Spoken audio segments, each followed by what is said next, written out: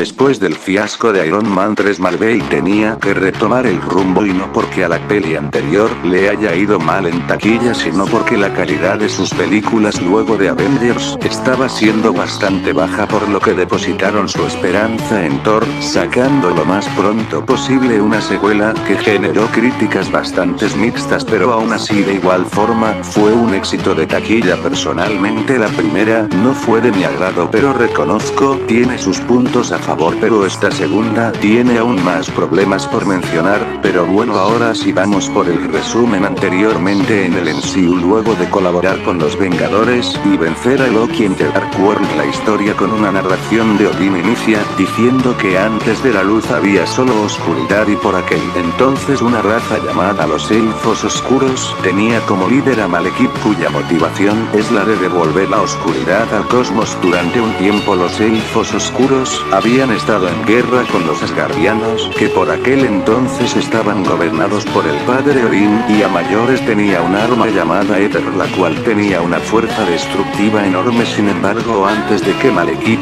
pudiera desplegar el Éter, los Asgardianos se lo arrebataron, y a este no se le ocurrió mejor idea que sacrificar a la mayoría de su ejército. Los Asgardianos entierran el Éter en el lugar más oculto de la galaxia. Volvemos al presente, en donde vemos que Loki, quien está siendo juzgado por Odín, quien lo encarcela y corona a Thor como rey, quien estaba en una lucha en uno de los 9 reinos, en la que no solamente está él sino que también sus amigos, que conocimos en la entrega anterior. Pero bueno, pese a que todo es un caos y la lucha se expandió hasta extremos ridículos, todo se detiene cuando aparece Golem de piedra, que parece es el líder, y si su presencia puede ser intimidante, pero no es posible que, habiendo llevado la lucha prácticamente en todo el lugar, todos se detengan, cuando lo más lógico es que por la distancia no lo puedan ver. Pero Thor lo mata de un martillo justo cuando estábamos a punto de tener una pelea interesante. Lo derrotan a este personaje de la manera más pendeja posible,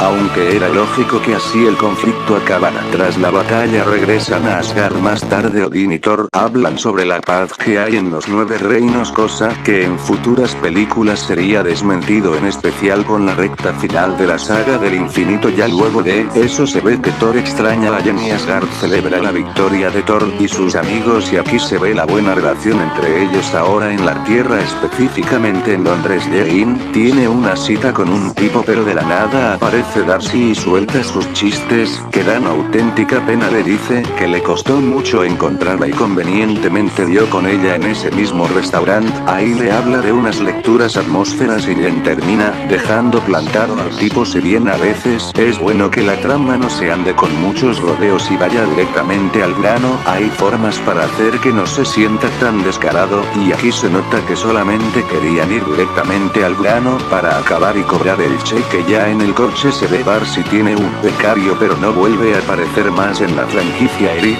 vemos, está desnudo clavando unas lanzas por Stronger Reino Unido, cosa que solo hizo gracia a los de risa fácil, y lo detienen. Luego Darcy con Jane se van a un edificio en el que hay niños, y la razón por la que están en ese lugar es porque hay unas anomalías, ya que hay coches que flotan, y cuando lanzas cosas desde cierta altura el objeto desaparece, por lo que el becario, a base de su estupidez, tira las llaves del coche. Y aquí hay algo que me deja chireando bastante, o que por lo menos genera ese disgusto en mí, y es la manera tan conveniente de reunir a los personajes de la anterior película solamente para que salgan en esta secuela de nuevo. Con Jane es absorbida por una anomalía y es teletransportada al supuesto lugar más oculto de todo el universo, ya que Jane aparece en el lugar en el que los Asgardianos escondieron el Éter. En el prólogo, al poco rato el Éter toca a Jane y esta se desmaya. Entonces Malekith se despierta de su letargo. En la siguiente escena vemos a Heimdall, quien se reúne con Thor y le dice que perdió de vista a Jane, pero al final regresa por sí sola, aunque según Darcy después de 5 horas luego aparece Thor y Jane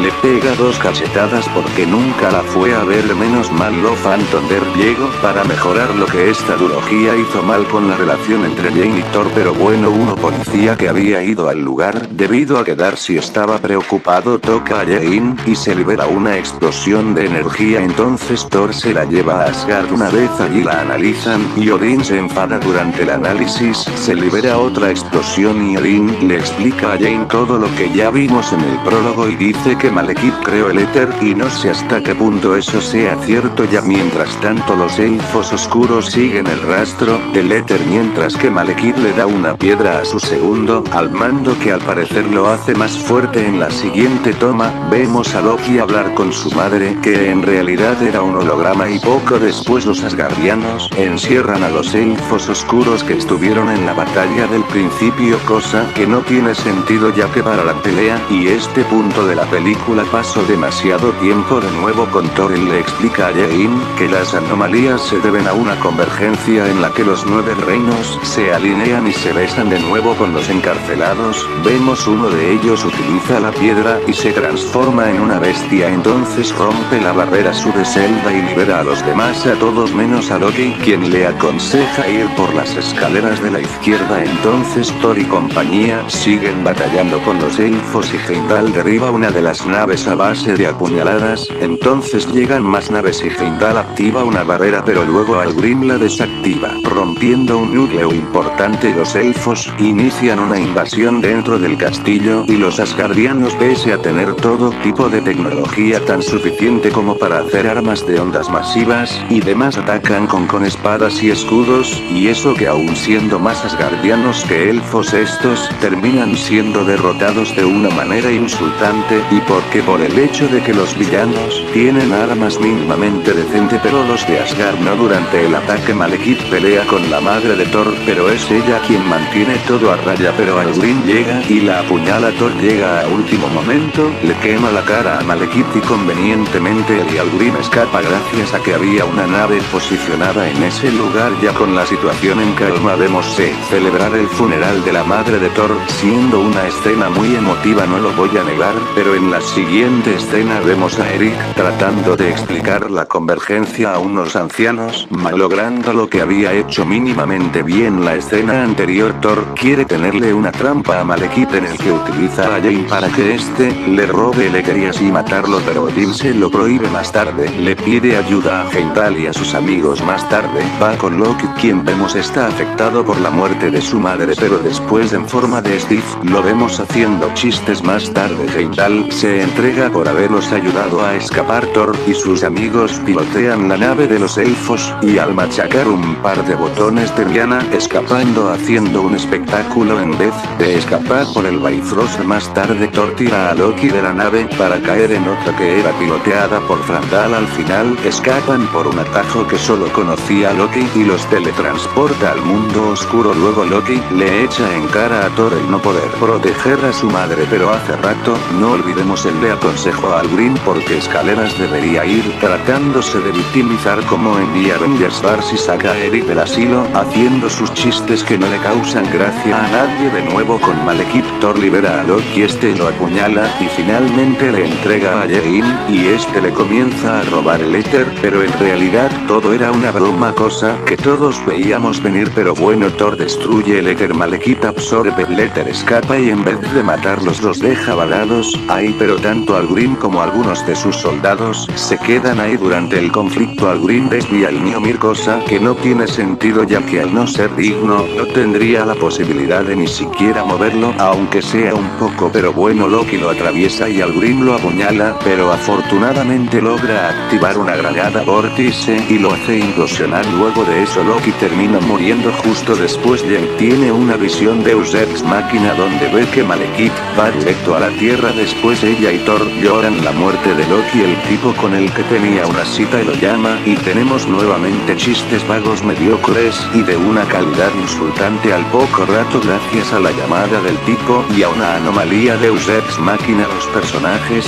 vuelven a la tierra y se reúnen con todos. Eric se alegra obviamente de la muerte de Loki mientras que en The Dark World vemos unos asgardianos inspeccionan el lugar. Eric planea activar las picas mágicas en ciertos puntos estratégicos. Malekith llega a la tierra y con las picas mágicas Jane teletransporta a algunos elfos. Durante el combate cortan los momentos épicos para poner cachondeo tras cachondeo haciendo la experiencia aún más tediosa. Thor le clava las lanzas mágicas de Eric y lo derrota y lo teletransportan al mundo oscuro. La nave comienza a caer y justo encima de Thor y Jane pero al final también se teletransporta y cae encima de Malekith dándole una derrota absurda sintiéndose todo exageradamente conveniente de nuevo en Asgard. Thor rechaza ser el rey de Asgard y Odín lo acepta pese a que ya no hay más personas para que ocupen el puesto, pero en realidad era Loki, cosa que ya se venía a venir. En la escena post créditos, vemos que dos de los amigos de Thor entregan el éter para mantenerlo alejado del Tesseract, y se revela que en realidad ambas son gemas del infinito. Una vez se van, el coleccionista dice que le faltan otras 5 en la segunda. Vemos Thor va a la tierra y se besa con Jane, y vemos hay un monstruo de Jotunheim suelto por Londres, acabando así con la película. La secuela de Thor The Dark World, al igual que la tercera parte de Iron Man, me parece una de las peores películas del universo Marvel, siendo esta para mí la peor de toda la franquicia. Pero bueno, antes de ir por la conclusión me gustaría ir rápidamente por la reseña y comentar que me pareció esta película Malekith está desaprovechado y su motivación es una absoluta ridiculez.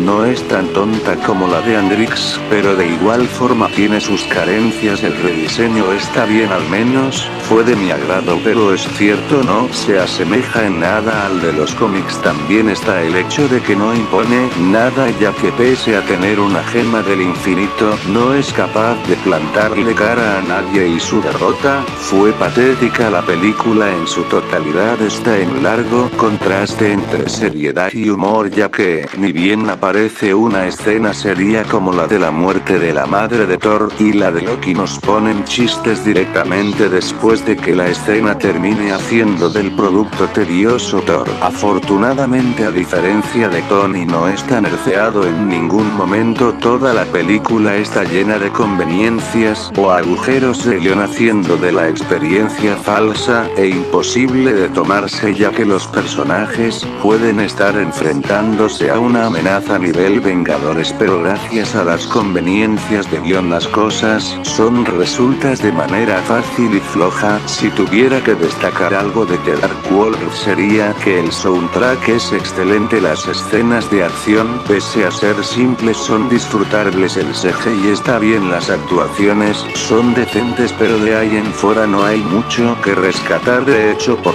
todo lo demás, es una película muy olvidable, siendo muy aburrida, ya que la mayor parte de la película son diálogo tras diálogo. Puede que hayan alguna que otra escena de acción bastante épica como la del prólogo, pero de igual forma la peli en su conjunto es aburrida, ya que en realidad no pasa nada a lo largo del filme. Esta segunda parte es mucho más ambiciosa, ya que llevan al personaje de Thor a diferentes locaciones, y Asgard en este caso podríamos decir es como un personaje, al ser un mundo mejor construido que el de la primera entrega, y las escenas de acción son un poco más largas, aunque también duran muy poco. Si hubieran respetado el tono de la película y las escenas serias, hubiera calificado a la secuela como palomera o al menos pasable como la entrega anterior, pero al estar llena de estupideces condenaron a esta secuela al fracaso. Y si bien El Mundo Oscuro fue un éxito de taquilla, con el tiempo se le comenzó a señalar todos sus problemas en esta secuela. Cada personaje, excepto Loki, perdió gran parte de su carisma. Thor no tiene desarrollo y parece no aprender nada. Jane es un poco más castrosa. Darcy no da gracia. Odín toma acción que facilitan a que el villano cumpla con su objetivo. Los primeros 15 minutos para mí son lo mejor de toda la película, y la trama era algo interesante con un concepto creativo pero vagamente ejecutado. Una vez la terminas, es muy fácil olvidarse de ella, ya que no aporta la gran cosa y no aborda mucho en el lore más allá de seguir sacando películas. Comete muchos clichés, los personajes son muy unidimensionales y planos. Pero bueno, mi calificación para Thor 2 The Dark World es un 1.2 de 10,